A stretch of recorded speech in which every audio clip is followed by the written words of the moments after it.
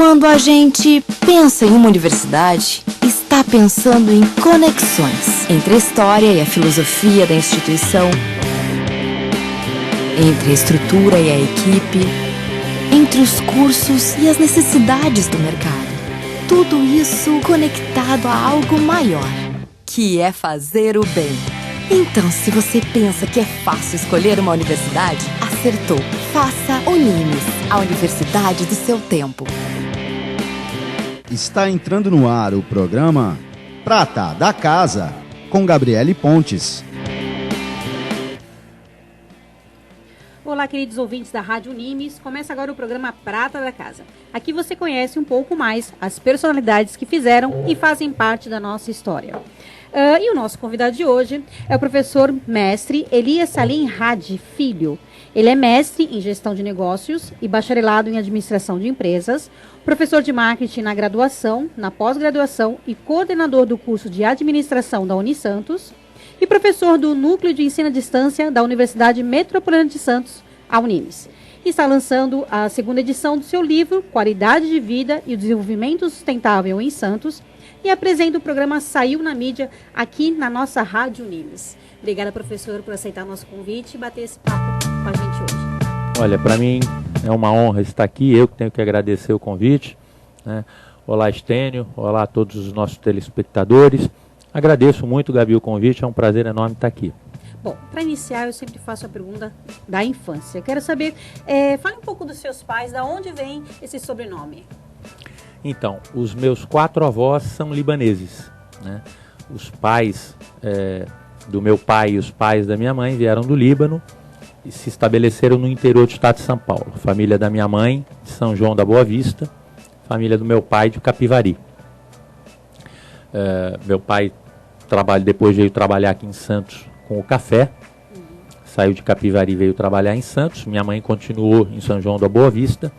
Ela fez magistério e era professora do estado. E aí a vida aproxima as pessoas, se conheceram, resolveram casar, né? Casaram lá em Águas da Prata, que é uma cidade do lado de São João da Boa Vista, e minha mãe veio morar em Santos, porque meu pai tinha negócios aqui, e ela veio com meu pai para cá. E aí, eu e meus 3 irmãos nascemos aqui em Santos. E ela continuou lecionando ou não? Ela ficou... Continuou. Ela pediu transferência para uma escola em Cubatão e continuou lecionando até o 3º filho. Uhum. Quando ela ficou grávida do 4º, aí ela parou. Que aí era uma loucura, né? 4 e seus irmãos estão em que área? Área da comunicação, área da Eu educação? Tenho um irmão administrador. Uma irmã fez secretariado executivo bilíngue e a outra é jornalista. E como é que foi sua infância aqui em Santos? Foi muito boa. A cidade de Santos, que é maravilhosa, era naquela época, na década de 70, né? Eu nasci em 66, né? Uhum. Minha infância, na verdade, foi na década de 70, né? Sim. 5, 6, 7, 8, 9, 10 anos. Brincava muito na rua, jogava bola na rua, ia para a praia com os amigos. Os pais tinham mais tranquilidade de deixar os filhos soltos. Sim. Do que tem hoje, né? Eu me lembro quando eu fiz 10 anos, minha mãe falou, olha, agora você já pode ir para a escola de ônibus sozinho. Hoje imagina, em dia, 10 anos. Hoje em dia, se mamãe faz isso, né? Não, hoje a gente vê alunos no cursinho onde o pai e a mãe ainda estão indo buscar, às vezes até na faculdade. Não é uma questão, não é um erro do pai e da mãe, Sim. É uma preocupação com a violência que hoje está instalada de maneira geral. Sim, que a cidade cresceu, né? E a violência, consequentemente, também cresceu junto. Mas era muito legal na infância, eu tenho lembranças muito boas. Meu pai era sócio de vários clubes aqui em Santos. Sim. Então, durante a semana a gente ia para a escola e brincava na rua com os amigos, né? Não tinha aquele negócio de ficar preso em casa jogando videogame ou vendo televisão. A gente jogava bola, jogava taco, carrinho de rolemã, empinava pipa. Era essa as brincadeiras nossas. E aos domingos a gente acompanhava meu pai. Meu pai ia jogar golfe lá no Golf Clube, ou ele ia encontrar os amigos na Ilha das Palmas, que ele também era sócio, ou no Internacional, no Tênis Clube. Enfim, naquela época era comum, né, a pessoa ser sócia de mais um clube. Sim. e a gente acabou tendo a oportunidade de desfrutar de tudo isso. Falando em clube, durante a sua adolescência, não é isso? Você participou de esportes, né? E chegou até a ser um profissional. Fala pra gente, porque muita gente não conhece esse seu lado, né? Eu sempre quis fazer esporte, minha mãe sempre incentivou muito, então eu acho que eu experimentei tudo, né? Com 6, 7 anos eu comecei, aí fui pro judô, parei, fui pra equitação, olha só, parei, fui pra natação, parei, fui pro basquete, parei. Um pouquinho de cada. Foi um pouquinho de tudo. Aí com 13 anos, com 12 para 13 anos, eu fui pro Clube Internacional de Regatas fazer um treino na escolinha com o professor Geraldo Nakazato. E aí me apaixonei pelo voleibol e lá fiquei. Joguei no Mirim do Internacional e quando eu tinha idade para ir ao infantil, o professor Negrelli, então técnico do Santos, de vôlei do Santos, me convidou para jogar no Santos Futebol Clube. E fui. Lá joguei o infantil, né, 15 e 16 anos, fomos campeões do interior, fomos vice-campeões do estado. Cheguei a ser convocado para uma seleção paulista infantil, mas não fui ao Campeonato Brasileiro, fui cortado. Joguei o juvenil também no Santos. E o Santos naquela época tinha jogadores no juvenil que integravam a seleção brasileira juvenil. Né? Alguns que nós contratamos e alguns que foram revelados aqui. O Sidão, por exemplo, o Alcide, hoje secretário de esporte, é contemporâneo meu. Né? Quando eu cheguei no Santos com 15 anos, ele já estava lá. E a carreira dele explodiu, foi um sucesso e tal. Mas eu parei de jogar dos 19 para os 20, porque perdi meu pai com 19 anos.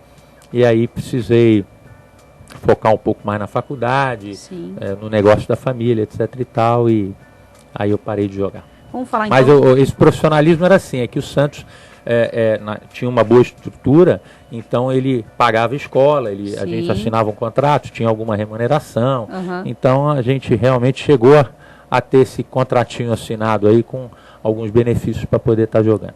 E como é que foi a escolha da faculdade? Sempre pensou em fazer administração? Eu fiz administração por duas razões. A primeira porque por causa do negócio do meu pai que ficou para a gente poder gerenciar. Eu era o filho mais velho, tinha os irmãos mais novos. Quando meu pai faleceu, eu com 19, mas o meu irmão tinha 15. Então a gente tinha bastante responsabilidade, tinha que entender um pouco de negócio para poder tocar as coisas. Esse foi o primeiro motivo. O segundo motivo é que, independente disso, sempre gostei do ambiente empresarial. Né? A gente olha como é que funciona o ambiente empresarial e eu sempre quis fazer parte dele. E aí, para fazer parte do ambiente empresarial, você tem que estudar gestão, né? Gestão de negócio. E seu filho? Você tem um filho, não é isso? Ele está na pré-adolescência? Você acha que ele vai encaminhar ali para... Com 18 anos. O meu filho... Já está adolescente, pré-adolescência é mais novo, né? Já fez 18, está com 18 anos e meio hoje, né? Pelo que ele vem me dizendo desde os 15, pelo que ele vem estudando, ele está no conservatório de música, ele anda com o violão dele para baixo para cima, ele diz que vai fazer faculdade de música. Que legal. Ele quer viver da música, né? Qualquer que seja o lado da música, pode ser cantando no barzinho, pode ser gravando, pode ser trabalhando dentro de um estúdio ajudando a gravar, pode ser editando, ele quer viver nesse ambiente. Né? E eu acho, pelo que eu venho acompanhando, que vai ser difícil mudar de ideia, embora as coisas mudem rapidamente, eu acho que ele está firme nessa condição. Já está na idade também de começar a escolher, né? Então... Tá, nesse ponto ele é meio cabeça feita. Está fazendo o conservatório, está acabando a escola e o objetivo, pelo que ele tem me falado até hoje de manhã, é que ele preste o vestibular no final do ano para a licenciatura de música. E a sua faculdade, como é que foi cursar administração? Foi legal, eu tive duas experiências que eu acho bacana relatar, que eu conto para os alunos, tanto em sala de aula presencial quanto no EAD. Que foi entrar na faculdade com 18 para 19 anos, imaturo, e não estudar tudo que poderia estudar. Sim. É o que acontece com muita gente. Acumulei algumas DPs, não acabei o curso, mas tinha o negócio andando, não precisava arrumar emprego. Eu tinha o negócio que eu tocava, então a faculdade já não era tão necessária para gerar empregabilidade, já que eu tinha trabalho. Só que num momento mais na frente fez falta. E aí eu voltei para terminar o curso de administração. E aí voltei mais maduro, voltei com outro olhar, né? Eu brinco muito que antes eu era aquele que jogava bolinha de papel na cabeça do mais velho que estava lá na frente assistindo aula, e quando eu voltei eu era o cara que tomava a bolinha de papel na cabeça. Mas é muito interessante isso, porque ter feito a faculdade de dois jeitos me deu uma experiência de vida para compreender hoje o que é estar frente a frente com um jovem de 18, 19, 20 anos, né? Meu filho também me ajuda a observar meu filho. Então, tudo isso são aprendizados que a gente vai desenvolvendo. Como é que iniciou a sua carreira na educação? Porque você até então você trabalhava no escritório. Isso. Como eu vim fazer a faculdade um pouco depois, eu já não ficava com a moçada da faculdade nos intervalos. Os interesses eram outros, né? Eu já tinha amizade com alguns professores, tanto por causa da minha atividade empresarial, tanto como já um pouco mais maduro.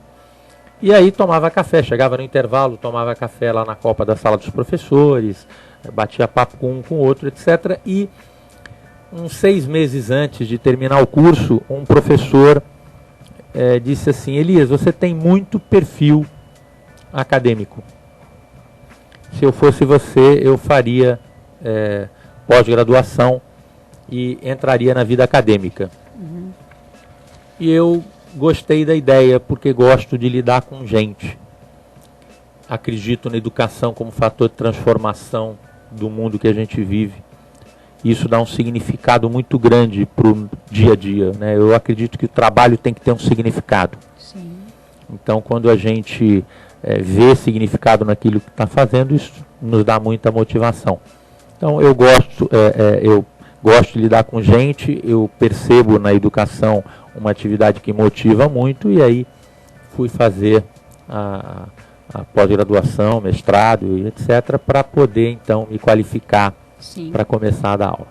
Qual a importância de um profissional, um educador, começar a se especializar, buscar um mestrado, buscar um doutorado, uma pós-graduação?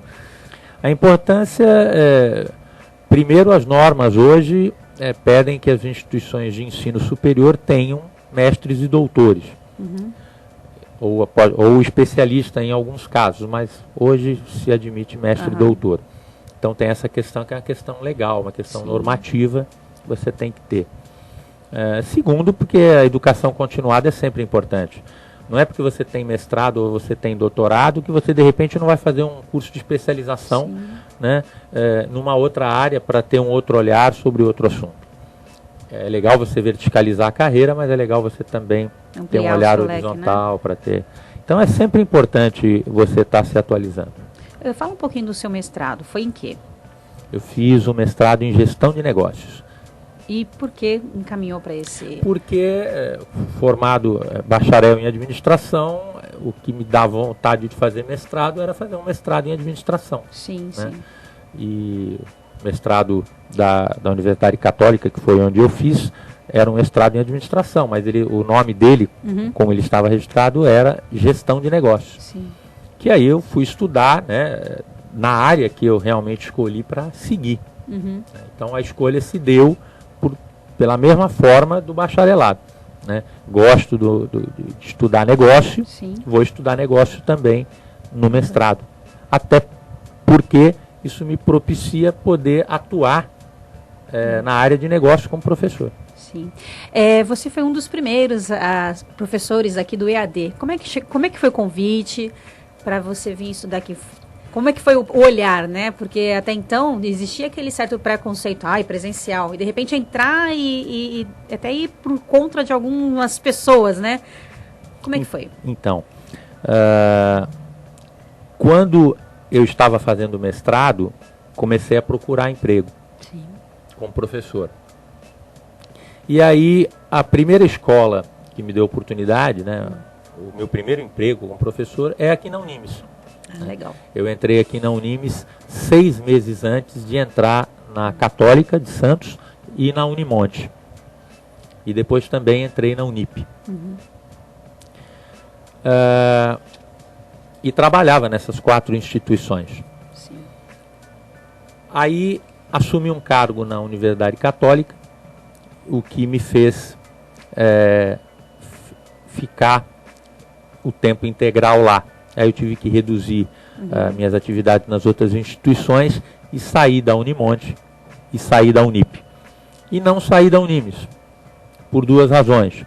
Primeira razão, pela questão de ter sido o meu primeiro emprego. Sim. Eu tenho muito respeito e agradecimento por terem aberto e me dado essa oportunidade. Segundo, porque estava nascendo nesse momento em que eu tive que fazer a opção, o EAD. E o EAD não era conflitante com a atividade que eu exercia, que eu ia exercer no cargo na Universidade Católica. Então, ficou assim bom para todo mundo.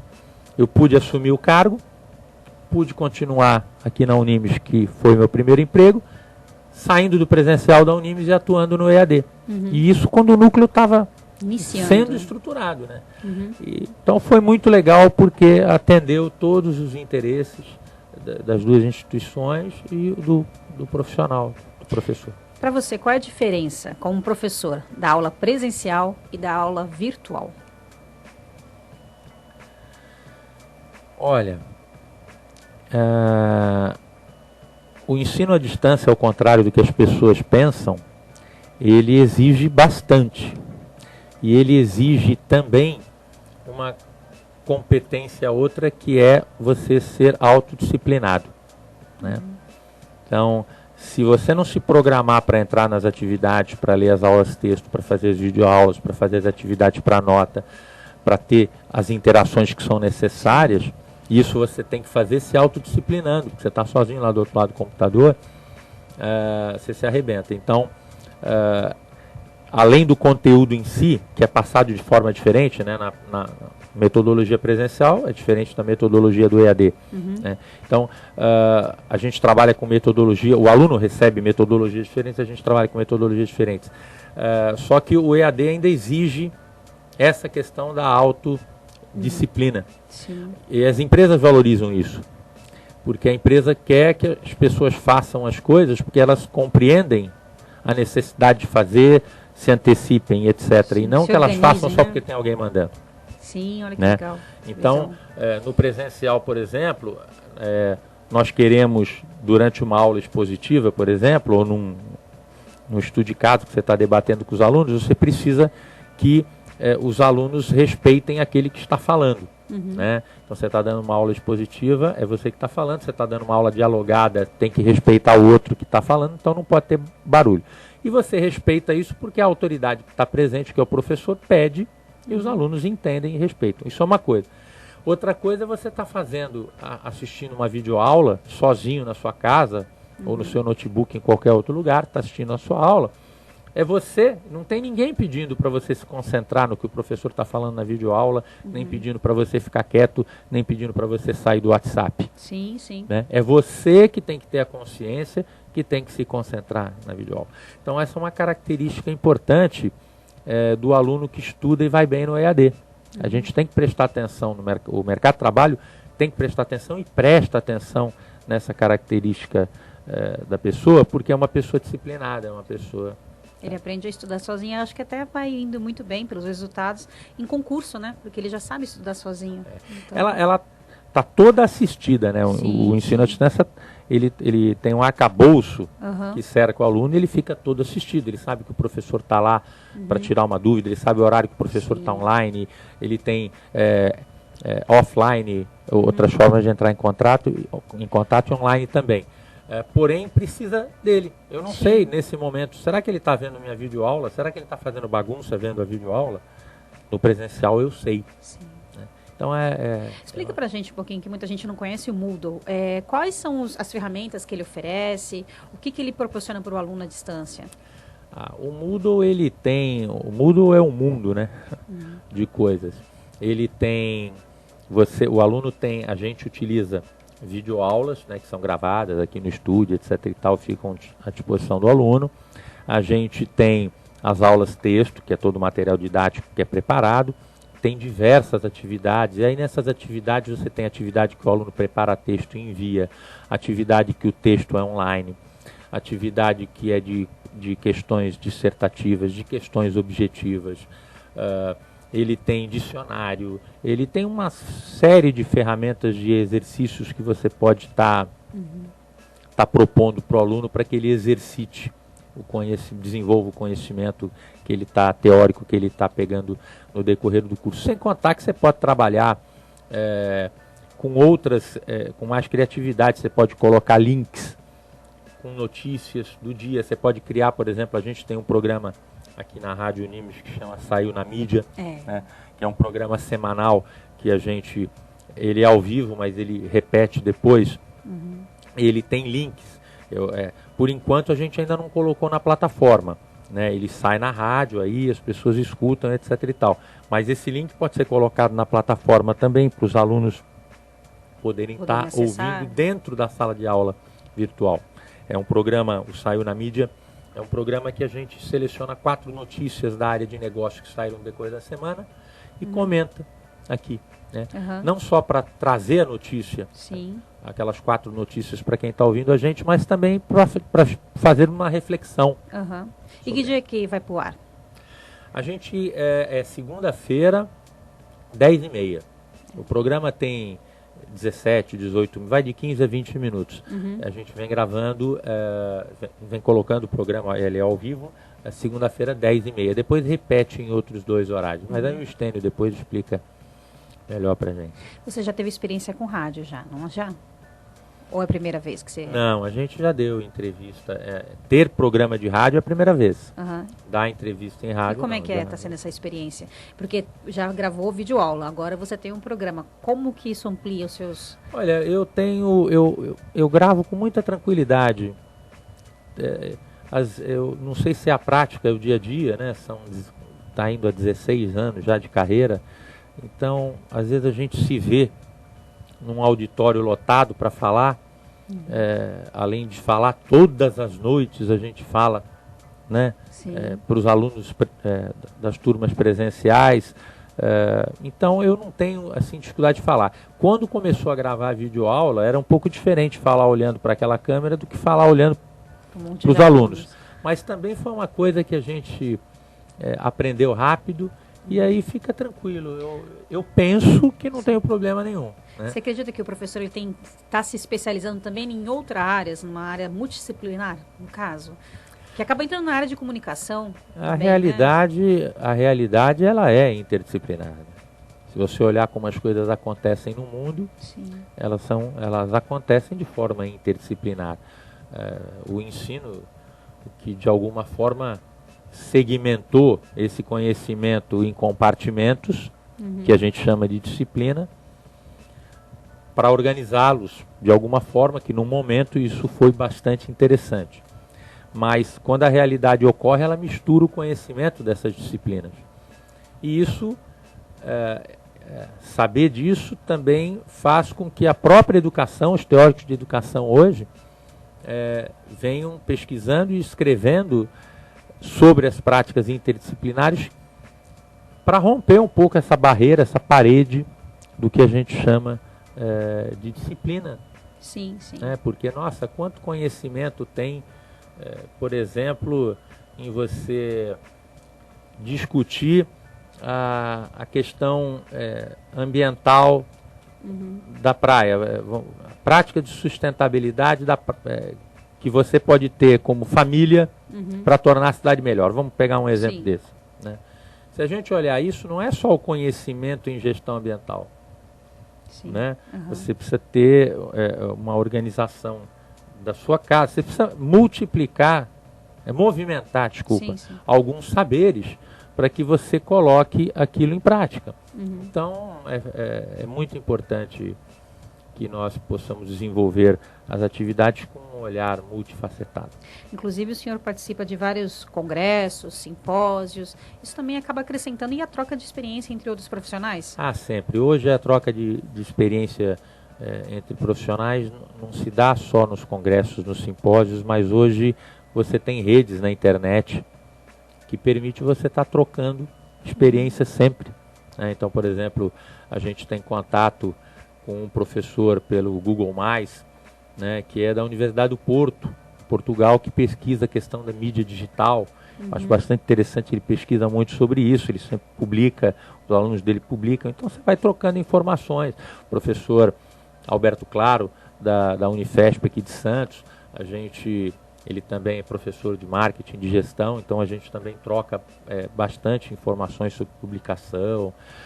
Enfim, a gente tem uma rede, né? Sim. Não só na cidade, mas em vários lugares, e hoje potencializada pela internet. A internet, na realidade, ela é boa e é ruim, porque todo mundo coloca tudo que quer, né? Então também tem esse lado negro da coisa, né? Usar a internet como fonte de pesquisa tem os dois lados. As pessoas precisam saber se essa fonte é uma referência confiável ou não. Isso eu não tenho dúvida nenhuma. A gente tem visto cada barbaridade sendo compartilhada. Repetidas, né? Que outro dia eu vi uma pessoa repicou um negócio no Facebook, compartilhou, aí eu fui clicar no link para olhar, a notícia tinha 6 anos. E a pessoa estava lá falando. Mas isso as pessoas não leem, né? Não, as pessoas não leem, elas estão no automático, né? Sim. Aliás, tem uma frase que eu gosto muito, que ela diz assim: eu não paro porque se eu parar eu sento, se eu sentar eu penso e se eu pensar eu choro. Então as pessoas, na verdade, não gostam de confrontar, não gostam de se confrontar com elas mesmas. Né? Sim, com certeza. Então a gente fica sempre no automático, sempre. Quanto mais corrida a vida, menos tempo eu tenho para fazer algumas reflexões mais profundas. Sim. Eu não quero encontrar comigo, né? As pessoas não gostam de encontrar com elas mesmas, porque muitas vezes esse encontro é sofrido. Então, muito dessa... E não é essas mídias que estão criando isso. As pessoas já são assim por muito tempo, elas só estão se apropriando dessas mídias, dessas redes, etc. E tal. É preciso colocar muito bem isso. Por que as pessoas compartilham quando viajam? A culpa não é do Facebook, é as pessoas que gostam de compartilhar, as pessoas que gostam de dizer onde estão, né? As pessoas que gostam de mostrar, de falar suas ideias, de debater, elas gostam disso. O Facebook é uma ferramenta. Sim. Né? Então, vale também isso. Se eu gosto de viver no automático, porque eu não gosto de pensar, refletir, encontrar comigo mesmo, tenho um prato cheio aí, porque hoje, se você quiser, você não para de ter impulso externo o tempo inteiro. E a gente precisa de um momento para pensar, para refletir. Falar em reflexão, falar em meditação, você dá aula de meditação, não é isso? Queria que você falasse também esse lado que algumas pessoas também não conhecem. Como é que você foi para meditação? Em 2010, meu cunhado, Fábio, me levou aqui no Centro Budista em Santos para assistir uma aula de meditação. E eu achei fantástico. Eu me senti muito bem. E de lá para cá nunca mais deixei de frequentar as aulas de meditação. E a partir daí, como o Centro Budista é um lugar que congrega atividade voluntária, a gente tem o professor, muitas vezes é monge, muitas vezes não é monge, mas aqui no Centro Budista em Santos é um professor nomeado pelo centro da Inglaterra, é uma matriz, é uma tradição bastante séria, etc. Mas o centro vive de atividade colaborativa. Então, nessa caminhada, nesses últimos 5 anos, eu fiz alguns cursos e me capacitei para poder estar dando aula de meditação também. Então, eu dou aula de meditação toda quarta-feira, das 14 às 14h45. Aliás, eu acabei de sair da aula de meditação. E mudou a sua vida depois disso? Porque mudou muito. Geralmente as pessoas têm a mente muito, né? Mudou. Ativas. Mudou bastante. Você conseguiu, de repente, ficar mais calmo, refletir nisso que a gente estava falando até mesmo? Eu não gosto de falar de mim, mas as pessoas que convivem comigo falaram que eu mudei bastante, né? Se você perguntar isso para a Vanessa, que é minha namorada, ou perguntar isso para o Yuri, que é meu filho, ou perguntar para algumas pessoas que trabalham mais próximas de mim, vão dizer que eu mudei bastante. Mudei sim, mudei em função da meditação, que cria um espaço mental mais tranquilo para você viver o seu dia a dia, mas também estudando os princípios e os ensinamentos que estão por trás disso, né? Ou seja, os princípios e ensinamentos em que nós meditamos, porque a meditação você medita em alguma coisa. Né? A meditação não é esvaziar a mente, você pode esvaziar a mente para tranquilizar num determinado momento, mas depois você vai meditar em alguma coisa. Meditar em alguma coisa exige que você conheça alguma coisa que você está meditando. Então você precisa ouvir aulas, você precisa fazer leituras, né, que te levem a essa compreensão sobre o que você vai meditar. Isso te ajudou a administrar carreira, família, amigos? Isso me ajuda a existir, independente do que eu esteja fazendo. Isso me dá uma compreensão da vida. Que legal. Né? E essa compreensão da vida torna as coisas com sentido. Né? Tanto as coisas que a gente gosta como as que a gente não gosta. Aliás, a gente até passa a compreender às vezes por que não gosta. Né? Então, fica como a vida vive acontecendo, coisas que você gosta e coisas que você não gosta. A vida é assim o tempo inteiro, e a gente só gosta de lidar. Só fica bem quando acontecem as coisas que a gente não gosta. A gente precisa parar para pensar um pouco, precisa meditar um pouco. Né? Por que eu fico triste quando acontecem as coisas que eu não gosto? O que é exatamente isso que eu não gosto e por que eu não gosto? Para a gente ter uma compreensão um pouco mais aprofundada. Olhar um pouco mais para dentro e ver como é que a gente funciona. Quando a gente percebe como a gente funciona, é muito rico, é muito bacana. Bom, então agora vamos falar, mudando totalmente de assunto, falando de coisa boa, não de coisas que a gente não gosta, sobre o seu livro, que agora está saindo a segunda edição, né? É Qualidade de Vida e Desenvolvimento Econômico Sustentável em Santos. Então, você que está vendo a gente na webcam, é um livro do professor Elias. Se estiver interessado, também. Quem quiser adquirir esse livro, comprar? Esse livro a gente lançou agora dia 16 de maio na Livraria Realejo. A editora Leopoldiano, que é uma editora universitária da Universidade Católica, foi que lançou o livro, e ela fez um acordo com a Realejo, que é aquela livraria no Gonzaga, ali na Marechal Deodoro, para fazer o lançamento. Fizemos o lançamento da primeira edição lá em 2007 e repetimos o lançamento da segunda edição lá. É um espaço bacana, o Zé Luiz põe música, enfim, a gente pôs lá uma água, um vinhozinho para quem foi prestigiar o lançamento, e ficamos lá durante 3 horas. O livro fala sobre o quê? O livro fala sobre como a qualidade de vida de uma cidade pode se tornar fator de atratividade para novos moradores. Sim. E o cuidado que tem que se ter para que quando vem novos moradores você não destrua essa qualidade de vida. Sim, e a que a gente realmente aconteceu aqui, né? Exatamente.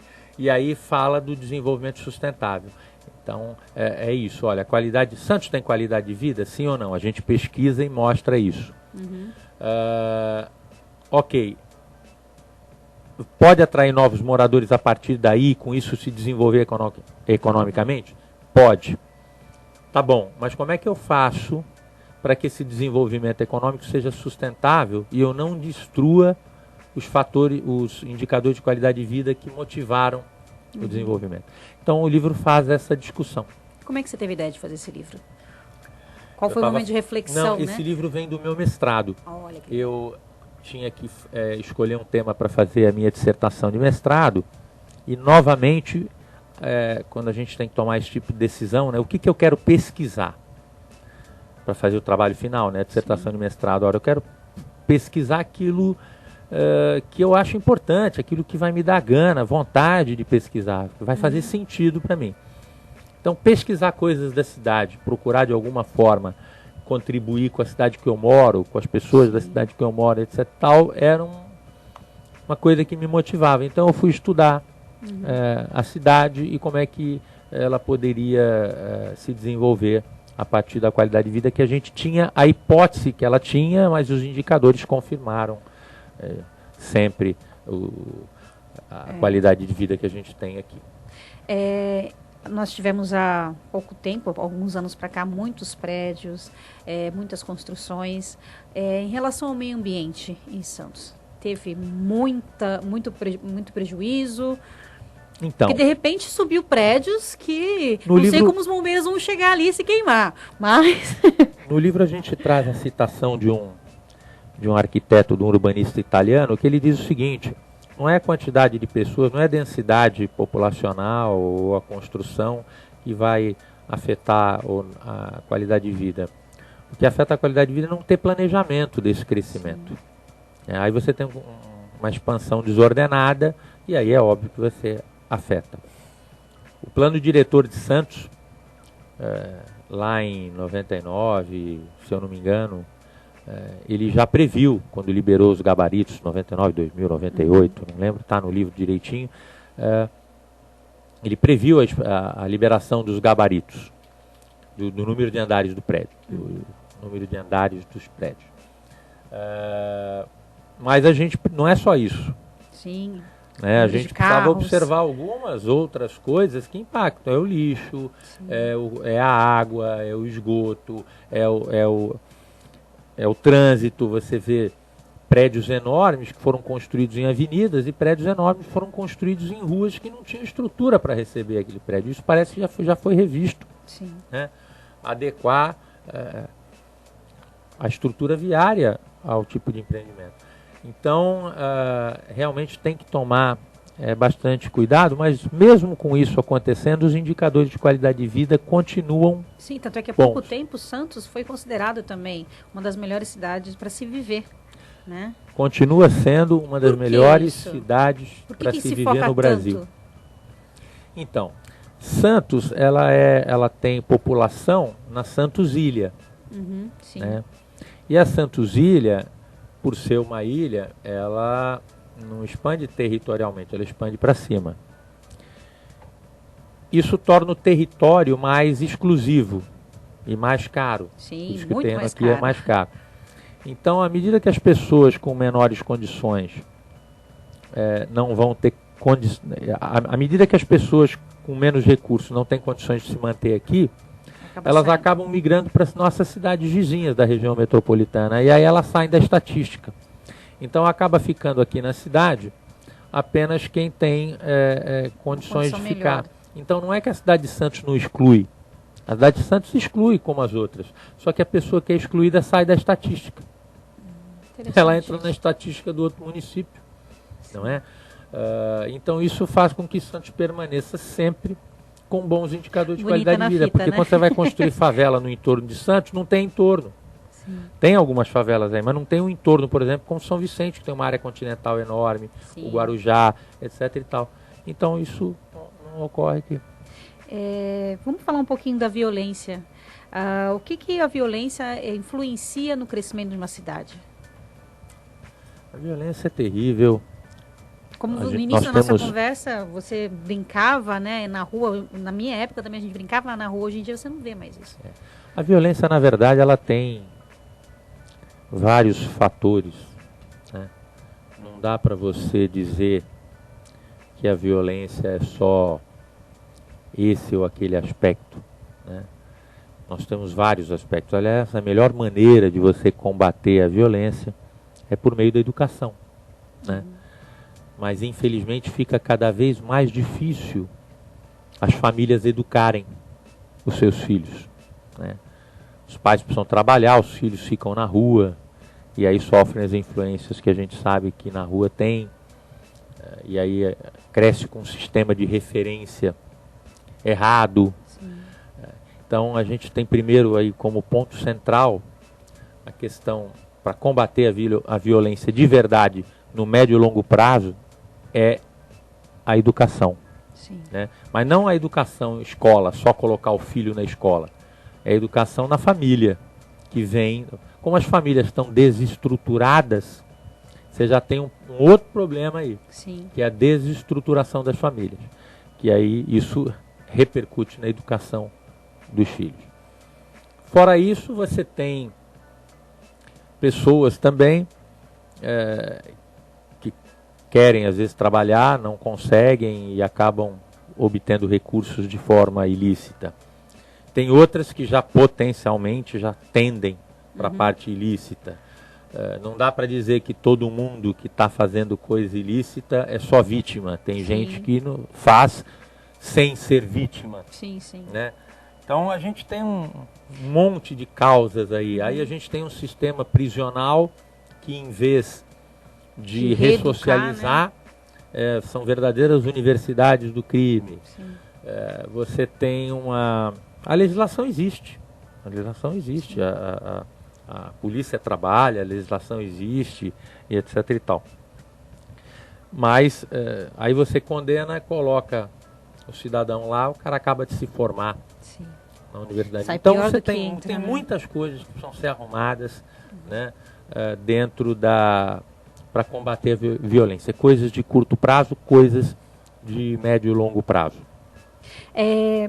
Qual é a diferença do primeiro para o segundo? O primeiro livro, como ele saiu, foi editado em 2007, ele traz dados de Santos até 2005. Sim. Esse livro editado agora em 2015, ele traz dados até 2014. Sim. E como é que é fazer um livro no Brasil? Olha, eu sempre tive apoio. Quando apresentei o trabalho no meu mestrado, a editora da universidade imediatamente reconheceu a relevância do trabalho, apoiou, lançou o livro.